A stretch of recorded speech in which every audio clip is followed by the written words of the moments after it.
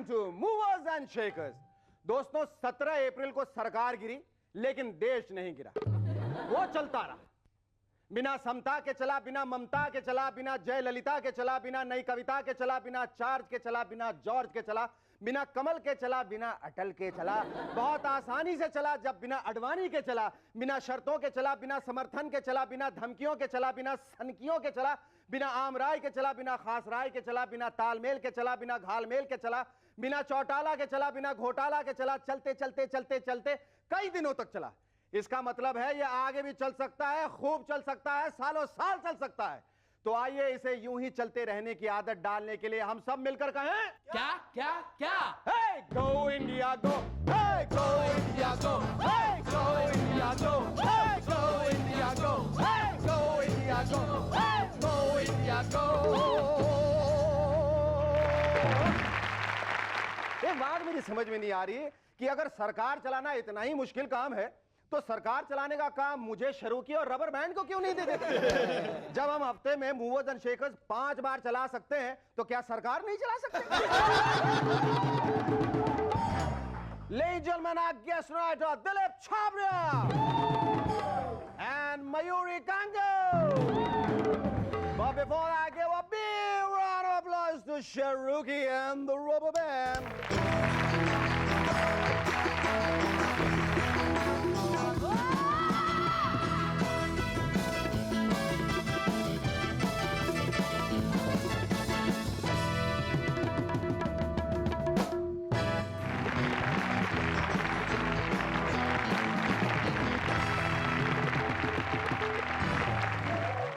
Hi, I'm SS and you watching MNS.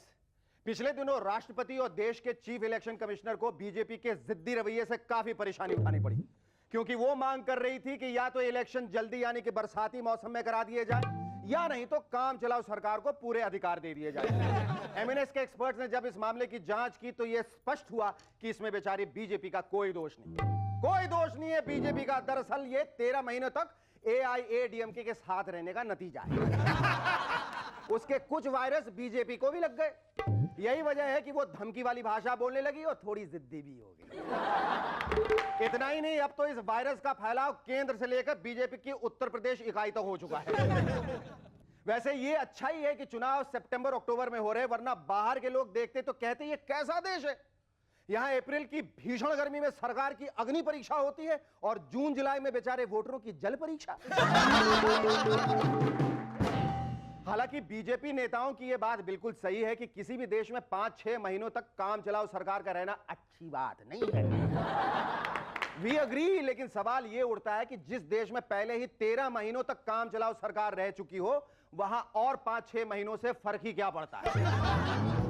चलिए छोड़िए, हम खुद एमएनएस की ओर से राष्ट्रपति जी से विनती करते हैं कि वो सरकार को पूरे अधिकार दे दें, क्योंकि उस बेचारी के 13 महीने तो अम्मा को मनाने समझाने में ही बीत गए।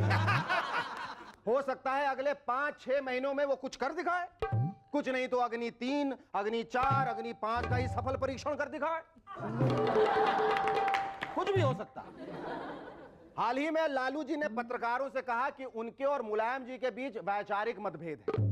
अच्छा हुआ किसी पत्रकार ने लालू जी से वैचारिक मतभेद का मतलब नहीं पूछा, वरना वो कहते बकलौल कहीं का बुड़बक तैने वैचारिक मतभेद का मतलब भी नहीं जानता है, तब तुम पत्रकार कैसे बन गए रे?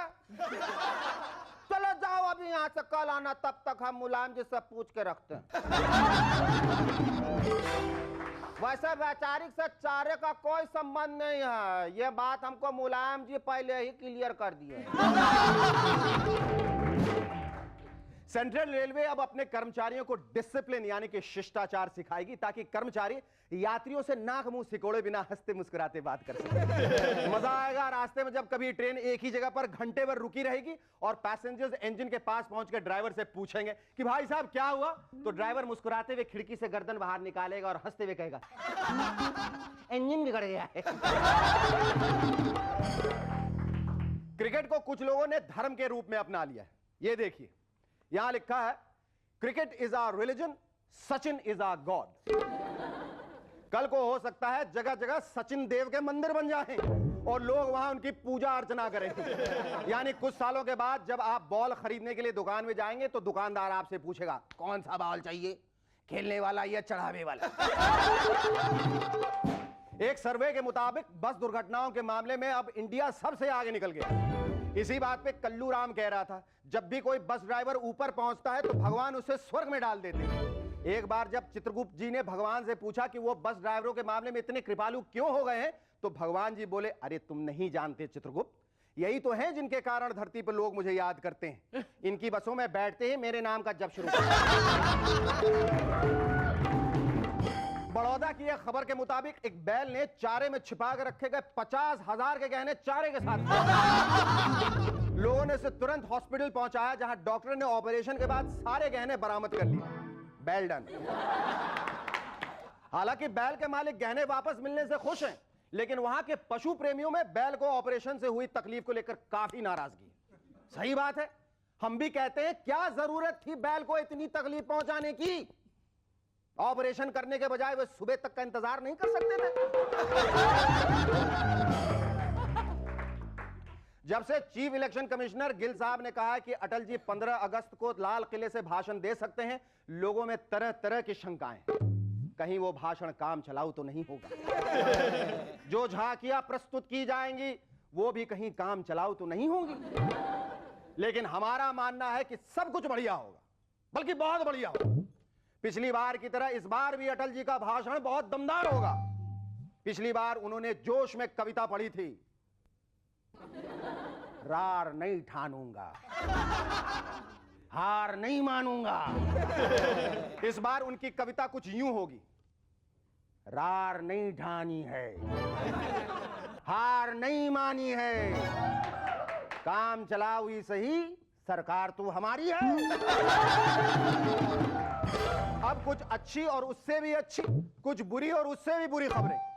अच्छी खबर यह है कि फिल्म आप लौट चले देखने के बाद कांग्रेस छोड़कर गए कई कांग्रेसी वापस कांग्रेस में आ गए।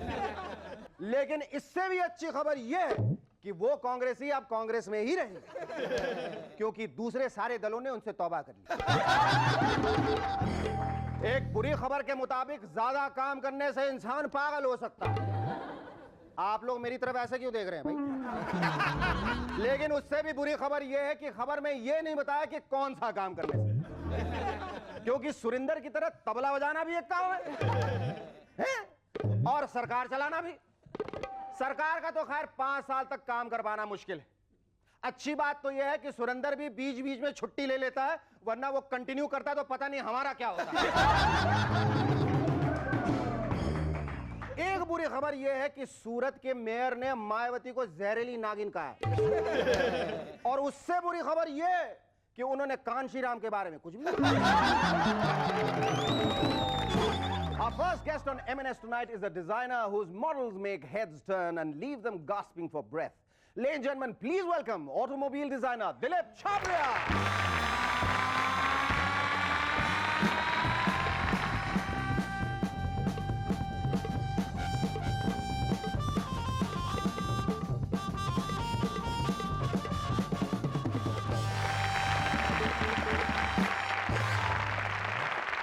I thought probably you will drive in one of your redesigned cars. I wish I had that space. Oh, you have lots of space, yes. Tell me, I mean, one had heard of interior designers and dress designers and production designers, but never heard of car designers. I mean, it's a very novel concept, is it? Yeah, it's a novel concept which is rarified in India because we never had a domestic industry as such. Mm-hmm. But they are pretty much a big race in the westernized part of the world. I mean, like in the West, probably it's known as the custom-made cars, are they? Or is it any different? Car designers' job is not necessarily custom-made. They would also give original styling cues when the car is being designed by a manufacturer. पर ये thought आपके दिमाग में कहाँ से आया और क्यों आया हिंदुस्तान में? और आप तक आज तक आपने कितनी गाड़ियों को ठिकाने मतलब ठीक किया है? Shekhar, I am a car designer by education.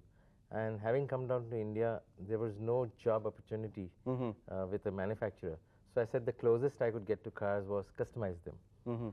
And till date, we must have done about 300 odd cars. 300 cars. कभी ऐसा हुआ है कि जो कार आपने रीडिजाइन की हो, जी हाँ। वो उसके ओरिजिनल मैन्युफैक्चरर उसे पहचान ना पाए हो? जी हाँ। उसे देखते बहुत बढ़िया कार है और क्या कमाल का दरवाजा, क्या बॉनेट है इसके, हेडलाइट, सर ये आप ही की कार है। ऐसा कभी हुआ है? It happens all the time. All the time. All the time. किस गाड़ी से आपने शुरुआत की थी सबसे पहले? कौन सी गाड़ी को जो आपने देखा बोला कि ये सही गिनी पिग लगता है? हमने शुरुआत की थी मारुति जिप्सी से, and we have now encompassed each and every model that is produced in India, right from the Ambassador up to the Mercedes Benz.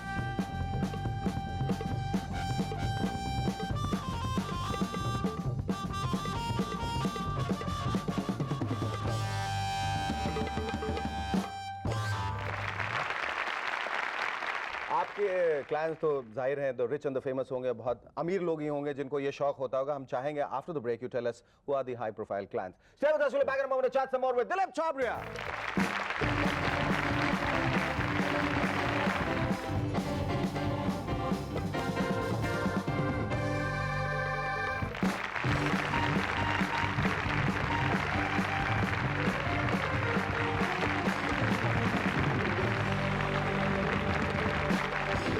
Hello and welcome back to M&S once again. Dilip साहब ये बताइए, who has been the happiest? And before the break we were talking about like your high profile clients. Who are these people?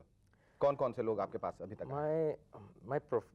My client profile is basically is spread across the entire spectrum. It can be a manufacturer, it can be Mahindra and Mahindra, it can be telco, it can be an enthusiast person, it can be an enthusiast boy of 21 who saved a lot of money because he loves cars. He's not necessarily rich.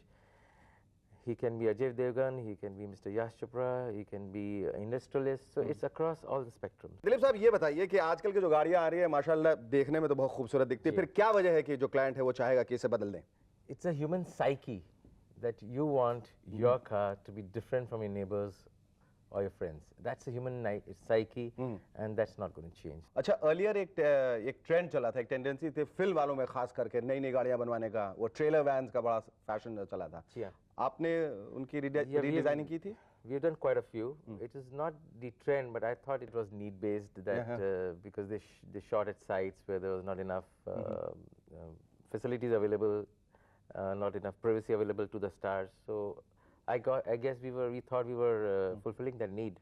I think today cars wearing the logo DC has become a status symbol of sorts. Did you ever imagine it would happen? No, frankly saying, I'm quite humbled at this point of time. I never knew I would have such a fan following.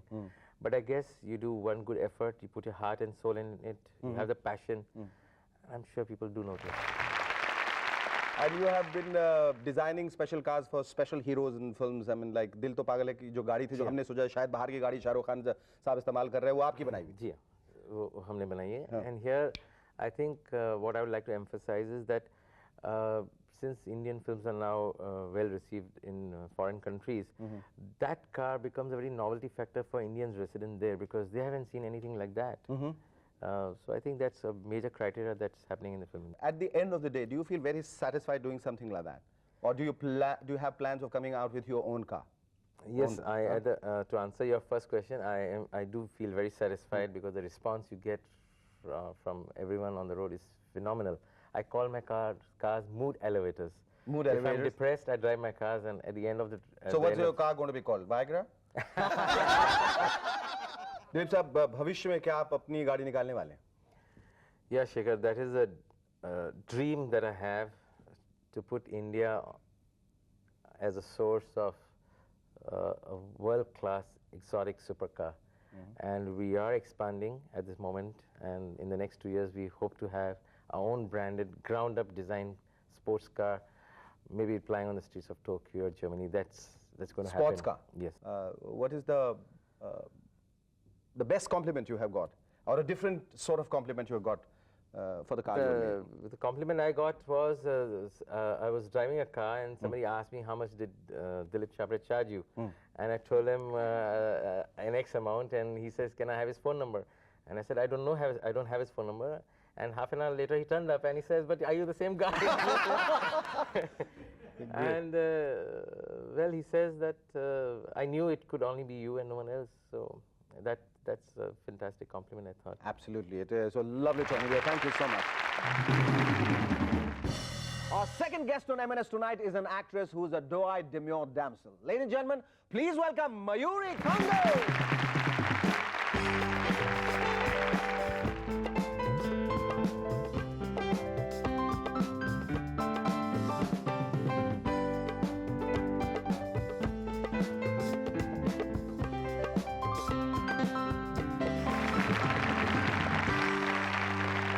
Thanks for coming on our show, Mayuri. And you know which is the song which I'm like dying to sing for you? Not again. Dilip sir, are you going to join me?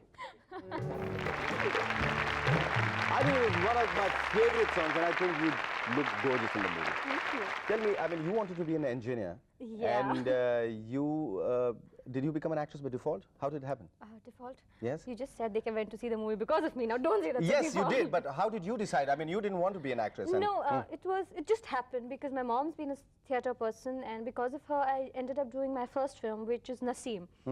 And So Naseem was your first film, actually. yeah, actually that's my first film. And then I went back home to give my boards because to qualify for the engineering, you have to score. So I went back home and I gave my board exams. And before the results came in, I was already doing Papa Kehte Hain. And then Mahesh, because Mahesh Bhatt, Who saw you where? Mahesh. Mahesh Bhatt saw, he was looking for a girl for Papa Kehte Hain, and he saw Naseem. He's always looking for a girl. Never mind. So he saw some shots of Naseem, and that's how he called me in Aurangabad, and he said, And how did you react? I mean, did you feel very special? Or it was like, okay, it doesn't make any difference to me because I don't want to be an actress? Actually, it was quite funny. He called up and I picked up the phone and he's like, I'm Mahesh Bhatt. I And- just paused. I said, I didn't react. He said, I'm Pooja Bhatt's father. And I burst out laughing. I'm like, yeah, okay. And then I'm the one who's made. मैंने आपको याद नहीं मैंने वो लहू के दो रंग बनाई थी और अर्थ बनाया तो सारांश बनाई थी. I mean, it would have been that after that. you No, know? after that I was like, talk to mom, because I wasn't sure this is, it's for real or, for somebody's playing a prank for all, Yes. So then he spoke to mom, he sent us the script, then I knew it was for real. So then I came here and it just happened. अच्छा film करते वक्त क्या तुम्हारे दिमाग में कौन-कौन सी बातें थी? ये कि मुझे एक अच्छा ब्रेक मिला, मुझे करियर बनाना है, या कि मैं बहुत फेमस होंगे, बहुत पैसे कमाऊंगे, बहुत नाम होगा, सब लोग ऑटोग्राफ लेने, ये सब सोच के मुझे बताना. After the break, stay with us, we'll be back in a moment to chat some more with Mayuri Kango.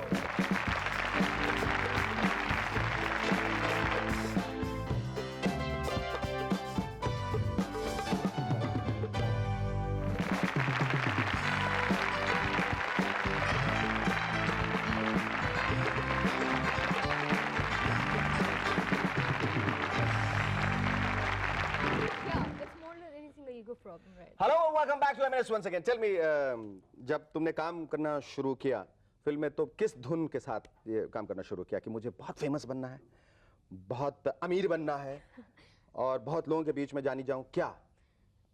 It is strange because I'm telling you, जो मैं कह रही थी कि मुझे ये सब बातें अब realize होती है, तब तो मैं सिर्फ पापा कहते कर रही थी. I was working with Mahesh Bhatt. I wanted to do a good film. I wanted to be a good actress. I wanted to be a star. That's it. It You was wanted this to be a star, cute dream, and I never wanted to be. I thought it's all going to come to me. And what are the other films which you're doing? I'm doing films. This is one called Badal. बादल. Yeah, and then there is one called Mere Apne, and the I long. hope ये सफेद बादल हो, काले बादल ना हो. Let's hope so. I yes, hope so too. absolutely. I'm like touch wood. Yes. Yes. And then there is Mere Apne, and then there is Jeetenge Hum, and there's Dum Dum Diga Diga. अच्छा आजकल जो trend है फिल्मों में, उसमें तुम अपने आप को कहाँ पाती हो? मतलब हीरोइन के लिए इट्स अनफॉर्चुनेट बट ज्यादा करने के लिए नहीं होता है. वहाँ वही पेड़ के इर्द गिर्द और वो 150 डांसर के साथ. वो 150 डांसर के साथ आप हिट हो जाओ ना, फिर आपको जो चाहिए आपके लिए स्क्रिप्ट बनती है. ऐसी बात है. बनती है. तुम्हें बनती ऐसा है. लगता है कि ऐसा वक्त आएगा जब नहीं, होता जब तुम्हारी है. फिल्म हिट होगी, तुम अपने टर्म्स पे, अपने कंडीशंस पे, अपने किस्म का रोल कर पाओगे? करते हैं. Why today even take Sridevi, take Kajol. Once they reach where they have Yes. reached, they can say this is what I want to do, and people are ready to make it for you. So you have to reach there first. Yes. And I'm sure you will. Here's wishing you all the luck. It Thanks was a lot. lovely talking to you. Thank you.